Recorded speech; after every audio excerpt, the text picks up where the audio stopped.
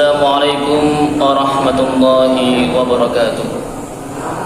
Alhamdulillahilladzi ja'ala al-Islam aqidah wa ja'ala al-Qur'ana imamah wa ja'ala Rasulullah sallallahu alaihi wasallam uswatun hasanah wa lil alamin rahmah. Syukran lillahi wa kafa. Wassalatu wassalamu ala rasulihil mustafa ala sayyidina wa maulana Muhammadin wa ala alihi wa sahbihi wa man ihtada. Amma ba'd. Kepada yang terhormat Bapak Mudir Pak Ali Yusuf Ashar beserta keluarga besar beliau, yang sama-sama kita hormati Bapak Wadir, Bapak Kemahasantrian dan staf jajaran kepengurusannya, yang kami hormati Bapak Andi Minata Asy'ari selaku dosen Ali Yusuf Ashar, dan tak lupa rekan-rekanku semuanya santri Pak Ali Yusuf Ashar yang insya Allah dirahmati oleh Allah. Yang pertama, marilah kita panjatkan puji syukur kehadirat Allah Subhanahu wa taala, yang mana dengan limpahan karunia dan inayahnya kita semua bisa menjalankan kehidupan sehari-hari dalam keadaan sehat walafiat. Yang kedua, tak lupa salawat serta salam semoga tetap tercurahkan kepada junjungan kita Nabi Agung, Nabi besar Nabi Muhammad sallallahu alaihi wasallam. Biqaulina Allahumma shalli ala sayyidina wa maulana Muhammad.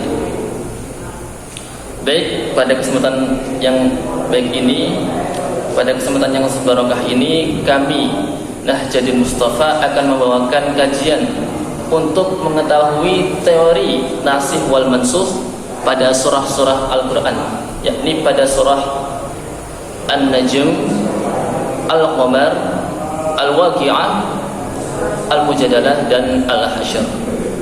Baik, sebelum kita mulai, marilah kita berwasilah, bertawasul dan mengharap barokah dari Al-Musannif Kitab An-Nasikh wal Mansukh fil Qur'anil Karim, karangan Al-Imam Al-Qadi Abi Muhammad.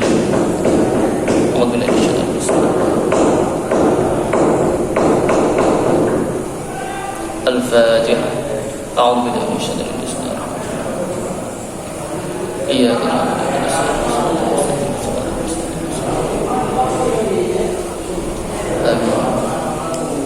Baik. Bismillahirrahmanirrahim. Qala al-musannif rahimahullahu ta'ala wa nafa'ana bihi wa bi ulumihi fid dharain. Amin ya rabbal alamin.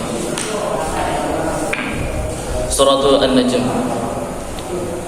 Bismillahirrahmanirrahim. Fiha min an-nashi ayat wahidah wa hiya qawluhu fa'a'rid 'amman tawalla 'an dzikrina. An-Najm ayat 29. Hada mansukh kama taqaddama bi ayatil kitab. Jadi pada surah An-Najm ini terdapat satu ayat yang nasikh atau mencabut hukum ayat sebelumnya, yakni pada firman Allah yang artinya, maka berpalinglah dari orang yang berpaling dari peringatan kami. Surah An-Najm ayat 29. Dan ayat ini telah dinaskan sebagaimana telah dijelaskan sebelumnya dengan ayat-ayat tentang jihad. Wa fiha qawluhu wa an laysa lil insani illa ma sa'a. Qala ba'duhum huwa mansukh bi qawlihi ta'ala walladzina amanu wattaba'athum dzurriyyatuhum biimanin alhaqna bihim dzurriyyatuhum. At-Tur ayat 21. Jadi kemudian dalam ayat ini terdapat juga firman Allah yang artinya, dan sesungguhnya seorang manusia tidak memperoleh selain apa yang telah diusahakannya. An-Najm 39. Dan sebagian ulama juga mengatakan bahwa ayat ini dinaskan dengan firman Allah yang artinya, dan orang-orang yang beriman dan anak cucu mereka yang mengikuti keimanan mereka, maka kami hubungkan anak cucu mereka dengan mereka. Surah At-Tur ayat 21. Lanjut, qala al-Qadi Muhammad ibn Arabi rahimahullah, hadhihi al-ghufla 'azimah. Inna Allah ta'ala tafsilu 'ala 'abdi min ma la tahsa. منها أنه لا يؤاخذ بذنبه خير ومنها أنه جزاء على علمه والعمل منة منه عليه وهداه إليه والخلقه له ومن عمله الذي يؤجر عليه أن يعتبى سواه ويقتدي به غيره ويتذكر. Kemudian Al-Imam Muhammad Ibni Arabi rahimahullah, beliau mengatakan ini adalah kelalaian yang sangat besar. Kelalaian yang sangat besar. Sesungguhnya Allah Ta'ala telah memuliakan hambanya dengan nikmat yang tak terhitung jumlahnya. Nah, di antaranya adalah Allah tidak menuntut pertanggungjawaban atas dosa orang lain, dan Allah memberikan balasan atas amal perbuatan mereka. Dan termasuk amal yang mendapatkan pahala adalah ketika orang lain mengikuti dan meneladani hamba serta mengingat nasihat hamba, baik melalui penglihatan maupun dengan pendengarannya. Sebagaimana telah amal yang akan dimintai pertanggungjawaban adalah ketika berbuat dosa atas setiap maksiat yang telah dijelaskan dan diingatkan kepadanya. Allah Ta'ala berfirman, "Walladzina amanu wattaba'athum dzurriyyatuhum biimanin alhaqna bihim dzurriyyatahum." Yang artinya, dan orang-orang yang beriman dan diikuti oleh anak cucunya dalam keimanan, kami gabungkan anak cucu mereka dengan mereka. Dan waqala an-nabi sallallahu alaihi wasallam, "Ma min mauludin illa yuladu ala fitrati wa fa abawahu yuhawidanihi aw yusarrisi aw yumajjisanihi." Dan di sini ada Kanjeng Nabi Muhammad sallallahu alaihi wasallam telah bersabda, setiap anak yang dilahirkan dalam keadaan fitrah, maka kedua orang tuanya yang menjadikannya Yahudi, Nasrani dan Majusi. Kemudian ada lagi, waqala man sanna sunnatun hasanatun fil Islam kana lahu ajruha wa ajru man 'amila biha ila yaumil qiyamah la yanqusu dzalika min ujurihim syai'an. Aman sanna sunnatun sayyi'ah fil Islam kana 'alaihi wizruha wa wizru man 'amila biha ila yaumil qiyamah la yanqusu dzalika min auzarihim syai'an. Kemudian Kanjeng Nabi bersabda lagi, barang siapa yang memperkenalkan suatu kebaikan dengan Islam, maka baginya adalah pahala, dan pahala orang yang mengamalkannya sampai hari kiamat tanpa mengurangi pahala mereka sedikit pun. Dan barang siapa yang memperkenalkan suatu keburukan dalam Islam, maka baginya dosa dan dosa orang yang mengamalkannya sampai hari kiamat tanpa mengurangi dosa mereka yang melakukannya. Jadi akan tetapi dalam firman Allah, alhaqna bihim dzurriyyatahum, kami gabungkan anak cucu mereka dengan mereka. Tidak bermakna bahwa anak cucu mereka digabungkan dengan mereka sebagai hak mereka, melainkan itu adalah karunia khusus bagi anak cucu mereka. Seandainya itu adalah hak mereka, maka hal itu sama seperti perumpamaan laisa laka illa dirhamun, engkau tidak memiliki kecuali 1 dirham. Tsumma lahu ayyab dari ata'a bima syai'a ayyaf'alu wa kadza ma ahaba syai'an man 'amila shalihan li ghairihi ba'da dzalika lahu. Kemudian Allah dapat memberikan tambahan karunia-Nya sesuai dengan kehendaknya. Begitu pula jika seorang memberikan amal soleh kepada orang lain, maka itu dianggap sebagai amal soleh baginya dan Allah memberinya manfaat baginya. Akan tetapi amal perbuatan seorang tidak dapat menggantikan amal perbuatan orang lain dalam hal kewajiban, kecuali apa yang dikatakan oleh Imam Ahmad Ibn Hanbal, bahwa ketika seseorang meninggal dunia dalam keadaan yang masih memiliki hutang puasa, maka walinya boleh berpuasa untuk menggantikannya. Itu oleh Imam Ahmad. Kemudian wala yunatu dzalika annahu laysa lahu illa sa'i 'ala ala ma nabaha alaihi wa qad mahdana fil ahkam wa masail al-khilaf. Kemudian pendapat ini juga didukung oleh Imam Hasan dan lainnya. Hal ini termasuk dalam kategori pemberian orang lain kepada orang lain dan tidak bertentangan dengan prinsip bahwa setiap orang akan mendapatkan balasan atas usahanya. Sebagaimana telah kita jelaskan pada kitab-kitab tentang hukum dan perbedaan pendapat yang sebelum-sebelumnya. Wallahu a'lam. Lanjut pada surah Al-Qamar. Bismillahirrahmanirrahim. Fiha ayatul wahidah wa hiya qawluhu ta'ala fatawalla 'anhum wa hiya mansukhah bi ayatil qital kama taqaddam.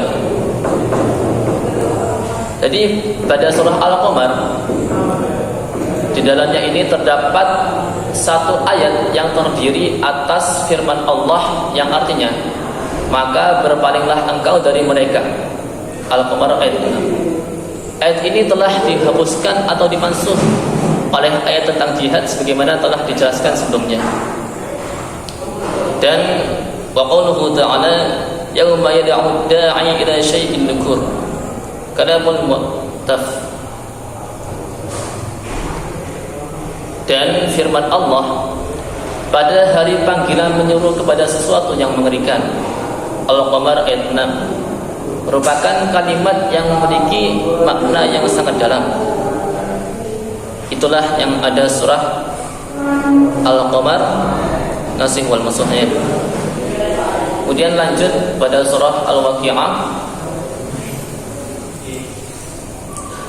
Bismillahirrahmanirrahim. Muhkamah bi ijma'i illa anna Maqatil bin Sulaiman nafsu maqadil khata'i fi ayatil wahidah minha wa hiya qawluhu ta'ala thullatun minal awwalin wa qalilun minal akhirin. Qala nasquha qawluhu ba'da dhalika thullatun minal awwalin wa thullatun minal akhirin. Wa wajha bil ghaflati wa amah wa kaifa sara fi 'ilmihi hadha wa laysa fihi min syurutin nas'i wahid. Dan pada surah Al-Waqi'ah terdapat kesepakatan bahwa di kalangan para ulama mengenai keaslian seluruh ayat dalam surat ini, kecuali pendapat yang dikemukakan oleh Muqatil bin Sulaiman. Beliau berpendapat bahwa terdapat kesalahan pada satu ayat dalam surah ini, itu firman Allah yang artinya segolongan dari orang-orang yang terdahulu dan sedikit dari orang-orang kemudian. Al-Waqi'ah ayat 13 dan 14. Kemudian Muqatil di sini berpendapat bahwa ayat ini telah dihapus atau dinasakh oleh ayat berikutnya yang berbunyi thullatun minal awwalin wa thullatun minal akhirin. Segolongan dari orang-orang terdahulu dan segolongan dari orang-orang kemudian. Al-Waqi'ah ayat 39 dan 40. Kemudian pendapat Muqatil ini sangat keliru dan menunjukkan kekeliruan dalam pemahamannya. Bagaimana pendapat seperti ini bisa diterima dan dalam ilmu tafsir padahal tidak memenuhi satupun syarat terjadinya nasakh? Itu bagaimana ceritanya? Kemudian wa qad qala al-ulama inna qawluhu ta'ala thullatun minal awwalin yahtamilu an yuridu bihi ummatul Muhammad alaihi salam wa yahtamilu an yuridu bihi akharana wa qawluhu ta'ala ba'da dhalika thullatun minal awwalin wa thullatun minal akhirin yahtamilu an yuridu mithlu ma taqaddama wa yakunu qawluhu ta'ala. Dan para ulama telah menjelaskan bahwa firman Allah yang artinya segolongan dari orang-orang terdahulu dapat bermakna umat-umat para nabi sebelumnya, atau juga bisa bermakna para sahabat Nabi. Sedangkan pada kalimat yang artinya sedikit dari orang-orang yang kemudian, ini dapat bermakna umat Muhammad, atau juga bisa bermakna generasi-generasi setelahnya. Kemudian firman Allah segolongan dari orang-orang terdahulu dan segolongan dari orang-orang kemudian, yang pada surah Al-Waqi'ah ayat 39 dan 40 ini juga memiliki makna yang serupa dengan ayat sebelumnya. Dengan demikian segolongan dari orang-orang kemudian dalam salah satu penafsiran dapat bermakna bahwa ini adalah umat Kanjeng Nabi Muhammad, yang artinya pada awal masa Islam jumlah munafik itu lebih banyak, namun di akhir zaman jumlah mereka akan berkurang karena semakin banyaknya orang yang berbuat zalim dan maksiat, serta semakin sedikitnya orang yang taat dan menyuruh pada kebaikan serta mencegah pada kemungkaran. Sedangkan bagi golongan kanan atau golongan ahli surga, mereka akan selalu menjaga jumlahnya, baik di awal maupun di akhir zaman. Semua penafsiran ini sangatlah jelas dan tidak menimbulkan keraguan bagi orang yang memiliki pemahaman yang benar. Ikut sedikit dari surah Al-Waqi'ah. Kemudian bisa lanjut ke surah Al-Mujadilah. Fiha thalathatu ayat la yahtiku an-nasu fiha. Al-ayatul ula an-nazalat fi dhahar. Jadi pada surah Al-Mujadilah, di dalam ini juga terdapat tiga ayat yang tidak terjadi nasih atau penghapusan di dalamnya. Yakni pada ayat yang pertama yang turun mengenai hukum zat. Qala ba'duhum nasakhas ma kana 'alaihi ahlul jahiliyah. Ri'taqad adh-dhahar talaqan hatta rafa'a Allahu dzalika lamma syara'a bil kufarah fi adh-dhahar. Sebagian ulama mengatakan bahwa ayat ini menghapuskan keyakinan orang-orang jahiliyah yang menganggap bahwa zar sebagai talak atau perceraian sampai Allah mengangkat hukum tersebut dengan mensyariatkan kafarah. Kafarah ini dalam artian denda bagi pelaku zar. Lanjut, qala al-Qadi Muhammad ibn Arabi wafaqallahu fihi. Wala yasahhu dzalika li anna ahadan lam ya'mal bihi fi sadari al-Islam faj'ala lahu talaq. Wa inna ma kana amran lam yaqa falamma waqa'a qala an-nabi alaihi salam. Dan selanjutnya ada Al-Imam Al-Qadi Muhammad bin Arabi rahimahullah. Dia berkata, pada pendapat yang ini itu tidak benar, karena tidak ada seorang pun yang menetapkan hukum zar sebagai talak pada masa awal Islam. Dan kemudian hukum ini belum terjadi, karena terjadi kasus zar itu pertama kali pada zaman Nabi Muhammad SAW. Dan ketika itu beliau bersabda, "Kharrimas 'alaihi ya'ni al-mar'ata madhahir minha." Faqala sinallahi ashdu fanazalat al-ayat wa syara'a Allah fihi al-kafarah. Beliau kajian Nabi Muhammad SAW bersabda, wanita yang zihar telah diharamkan baginya, dalam artian pada suaminya. Kemudian wanita tersebut berkata, kepada Allah aku mengadu. Lalu turunlah ayat ini dan Allah mensyariatkan kafarah. Dan Al-Quran tidak menghapuskan kebatilan jahiliyah, sebagaimana telah kita jelaskan pada sebelum-sebelumnya. Nasih hanya terjadi pada hukum yang telah disampaikan oleh kajian Nabi Muhammad SAW, dan kami telah menjelaskan ayat ini dalam pembahasan mengenai hukum-hukum yang lainnya. Wallahu a'lam. Dan selanjutnya ada al-ayatus tsaniyah, qauluhu ta'ala, ya ayyuhalladzina amanu idza najaitumur rasul faqaddimu baina yaday najwakum shadaqah. Yakni pada ayat kedua Allah Ta'ala berfirman, yang artinya bahwa orang-orang yang beriman apabila engkau berbisik kepada Rasul, maka keluarkanlah sedekah sebelum bisikanmu itu. Yang demikian itu lebih baik bagimu dan lebih suci bagimu. Al-Mujadalah ayat 12. Qala al-Qadi rahimahullah wa ruwiya an Ali bin Abi Thalib radhiyallahu an qala lamma nazalat.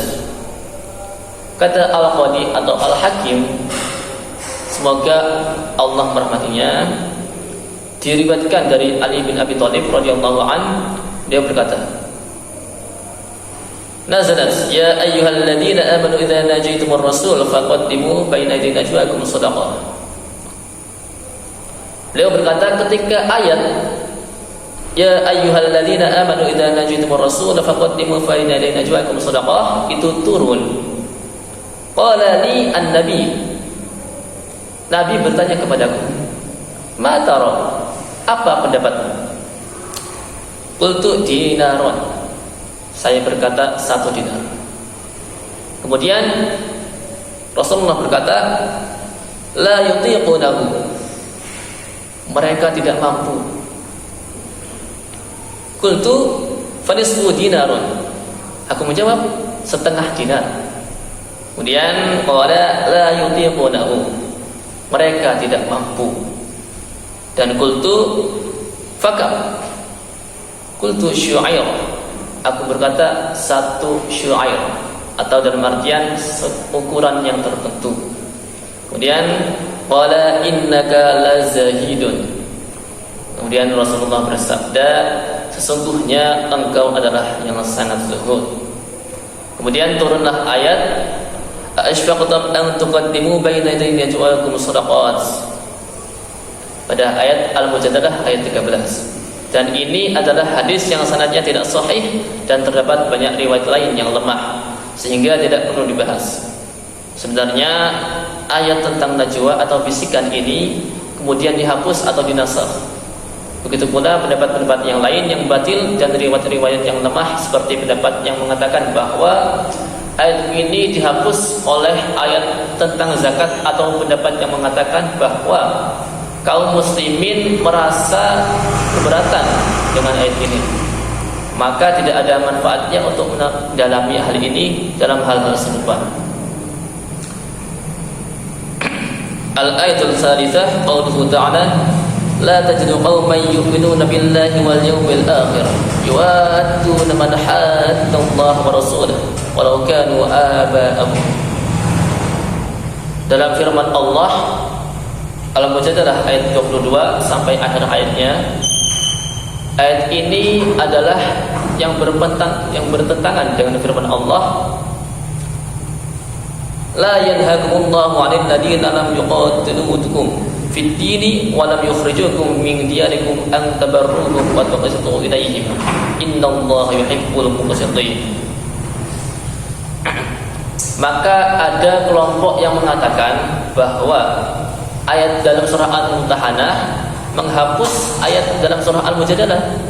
Pendapat yang benar adalah bahwa ayat dalam surah Al-Mumtahanah ditujukan kepada ahli zimmah dan orang yang aman, sedangkan pada surah Al-Mujadalah ditujukan kepada orang yang memerangi dan menentang Allah. Barang siapa yang menentang Allah dan wali-walinya, maka tidak ada kebaikan dan penghormatan baginya. Dan barang siapa yang selamat dari kekafiran dan berbuat baik, maka ia akan dimuliakan secara nyata. Qalat Asma, ya Rasulullah, inna ummi kutibat alayya wa hiya musyrikah, afa asduha? Qala na'am salli ummiki. Kemudian Asma bertanya kepada Rasulullah, wahai Rasulullah, ibuku datang kepadaku dalam keadaan musyrik, apakah aku harus memutuskan hubungan dengannya? Kemudian Kanjeng Nabi bersabda, ya, berbaktilah kepada ibumu. Itu sabdanya Kanjeng Nabi Muhammad SAW. Yakni pada surah selanjutnya, suratul Hasyr, fiha ayatul wahidah wa hiya qauluhu ta'ala ma afa'a Allahu 'ala rasulih min ahli al-qura falillahi wa lirrasul qala ba'duhum qala qatadah hiya mansukhah. Di dalamnya terdapat satu ayat yang berbunyi ma afa'a Allahu 'ala rasulih min ahli al-qura falillahi wa lirrasul. Apa yang Allah berikan sebagai rampasan kepada Rasul-Rasulnya dari penduduk-penduduk negeri-negeri, maka itu adalah untuk Allah dan untuk Rasul-Rasulnya. Sebagian ulama mengatakan bahwa ayat ini telah dihapuskan oleh ayat yang berbunyi wa'lamu annama ghanimtum min syai'in fa anna lillahi khumsah. yakni pada surah Al-Anfal ayat 41. Sebagian yang lain mengatakan bahwa harta rampasan ini bukan bagian dari harta yang dikenakan zakat. Dan sebagian lagi mengatakan bahwa harta rampasan berbeda dengan harta hasil perang dan dikenakan zakat. Kemudian ada yang berpendapat bahwa ayat ini memiliki makna yang sama dengan ayat sebelumnya. Dan juga yang terakhir, ada yang juga berpendapat bahwa yang dimaksud dengan itu adalah upeti atau dalam kalimat al-kharaj. Qala al-Qadi Muhammad ibn Arabi radhiyallahu anhu tahqiqu hadzal ayah li tafsil wal aqsam fi qism al-ahkam wa hadhihi al-ayat bil musyrikah fa 'indi katsir min al-ulama'i annahuma ayatani fi ma'yaini qalahu Malikun wa ghayruhu wa i'tiqadu anna al-ula fi badil dhamir والثانية في القريضة وقيل إنهما بمعنى واحد والأولى أصح وإذا نظر في هاتين آيتين ففي آية الأنفال واعلموا أنما غنمتم من شيء. Kemudian Al-Imam Al-Qadi mengatakan mempelajari ayat ini secara detail dan mengklarifikasikannya termasuk dalam ilmu hukum ushul fikih. Dan ayat-ayat ini termasuk dalam ayat-ayat yang sulit. Banyak ulama berpendapat bahwa kedua ayat tersebut memiliki dua makna yang berbeda. Imam Malik dan lainnya berpendapat bahwa ayat ini adalah ayat yang pertama berlaku untuk Bani Nadir, sedangkan ayat kedua berlaku untuk kaum Quzairah. Hanya sedikit yang berpendapat bahwa kedua ayat tersebut memiliki makna yang sama. Namun pendapat yang pertama itu adalah pendapat yang lebih kuat. Dan jika kita perhatikan kedua ayat ini dan juga kedua ayat yang surah Al-Anfal, wa'lamu annama ghanimtum min syai', dan ketahuilah bahwa apa saja harta rampasan yang kamu dapat. Maka para ulama berbeda pendapat apakah ketiga ayat tersebut memiliki tiga makna yang berbeda atau tiga ayat untuk dua makna yang sama. Saya tidak memiliki masalah dalam pendapat bahwa ketiga ayat ini memiliki tiga makna yang berbeda. Hal ini jelas bagi orang yang mengetahui hadis dan ahli dalam bidang kajian. Ayat pertama dalam surah Al-Hasyr ini berlaku pada Bani Nadir, dan hal ini telah dijelaskan oleh Umar bin Khattab rahimahullah di hadapan para sahabat yang cerdas. Dan adapun ayat yang ketiga secara lafaz dan makna terpisah dari ayat-ayat sebelumnya dan ditujukan untuk penerima yang berbeda. Dan ayat dalam surah Al-Anfal ini memiliki makna ketiga untuk menerima wahyu yang ketiga. Kesulitan dalam memahami ayat-ayat ini adalah bahwa ayat yang pertama dalam surah Al-Hasyr ini berlaku untuk harta yang diperoleh tanpa peperangan, sedangkan ayat yang dalam surah Al-Anfal ini berlaku untuk harta yang diperoleh melalui peperangan. Ayat yang kedua, kemudian ayat yang kedua dalam surah Al-Hasyr ini tidak menyebutkan tentang perperangan. Maka sebagian ulama itu mengatakan bahwa ayat tersebut termasuk dalam ayat pertama surah Al-Hasyr, dan sebagian lagi mengatakan bahwa ayat tersebut termasuk dalam surah Al-Anfal. Dan hukum tersendiri untuk terkait dengan harta upeti atau dalam kalimat al-kharaj, dan sehingga bisa berdiri sendiri atau termasuk dalam salah satu dari kedua ayat tersebut. Dan penjelasan ini sudah cukup untuk membedakan antara nasikh dan mansukh dalam memahami maksud dan yang sebenarnya. Pembahasan yang lebih detail tentang perselisihan, tentang perbedaan pendapat mengenai ayat-ayat ini dapat kita temukan dalam kitab-kitab yang tentang usul fikih. Kemudian demikianlah yang dapat kami sampaikan. Kurang lebihnya kami mohon maaf. Ihdinas siratal mustaqim. Assalamualaikum warahmatullahi wabarakatuh.